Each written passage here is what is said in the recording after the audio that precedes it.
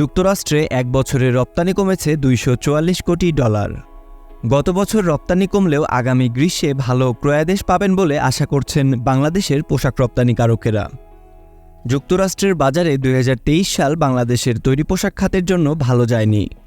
এই এক বছরেই দেশটিতে বাংলাদেশি তৈরি পোশাক রপ্তানি কমেছে $244 কোটি।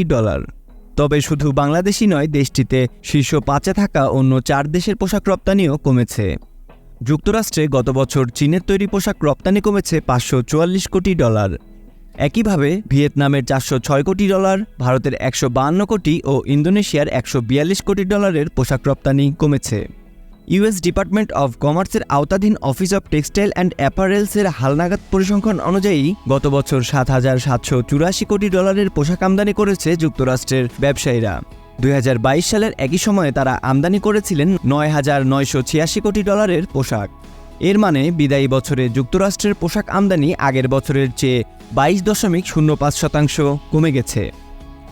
বাংলাদেশের তৈরি পোশাক শিল্পের উদ্যোক্তারা বলছেন, 2022 সালে রাশিয়া ইউক্রেন যুদ্ধ শুরুর পর যুক্তরাষ্ট্রের মূল্যস্ফীতি দ্রুত বাড়তে থাকে। তাতে ওই বছরের জুনে দেশটির মূল্যস্ফীতি বেড়ে 9.1% দাঁড়ায়। মূল্যস্ফীতি 40 বছরের মধ্যে সর্বোচ্চ উচ্চতায় পৌঁছানোর কারণে নিত্যপণ্য ছাড়া অন্য পণ্য কেনাকাটা কমিয়ে দেন যুক্তরাষ্ট্রের ক্রেতারা, যার প্রভাব পড়েছে দেশটিতে পোশাক রপ্তানিকারক দেশগুলোর ওপর।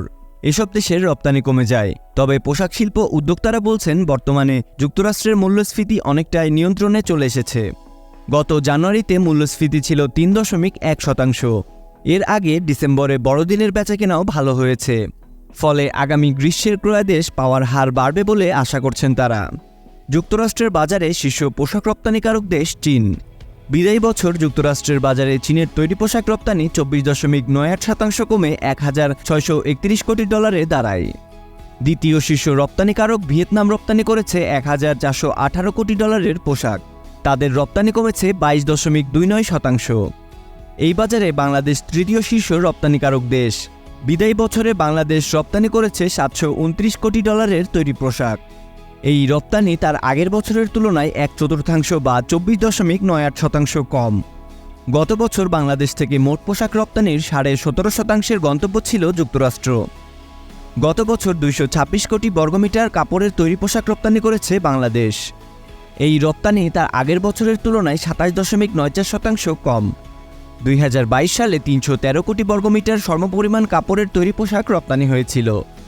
যুক্তরাষ্ট্রের বাজারে 10 বছরের ব্যবধানে বাংলাদেশের তৈরি পোশাক রপ্তানি বেড়েছে 2.33%। 2012 সালে রপ্তানির পরিমাণ ছিল $418 কোটি। 2022 সালে যুক্তরাষ্ট্রের বাজারে পোশাক রপ্তানি বেড়ে $972 কোটি দাঁড়ায়। তবে এক বছরের ব্যবধানে রপ্তানি কমেছে 1/4। এদিকে ইউরোপীয় ইউনিয়নের তৈরি পোশাক রপ্তানিতে গত বছর মাত্র 1.5% প্রবৃদ্ধি হয়েছিল। ইপিবির তথ্য অনুযায়ী গত বছরে ইউরোপীয় ইউনিয়নে $2,338 কোটি তৈরি পোশাক রপ্তানি হয়। বিসিএন দেখুন। বাগমার সাথে থাকার জন্য আমাদের চ্যানেলটি সাবস্ক্রাইব করুন।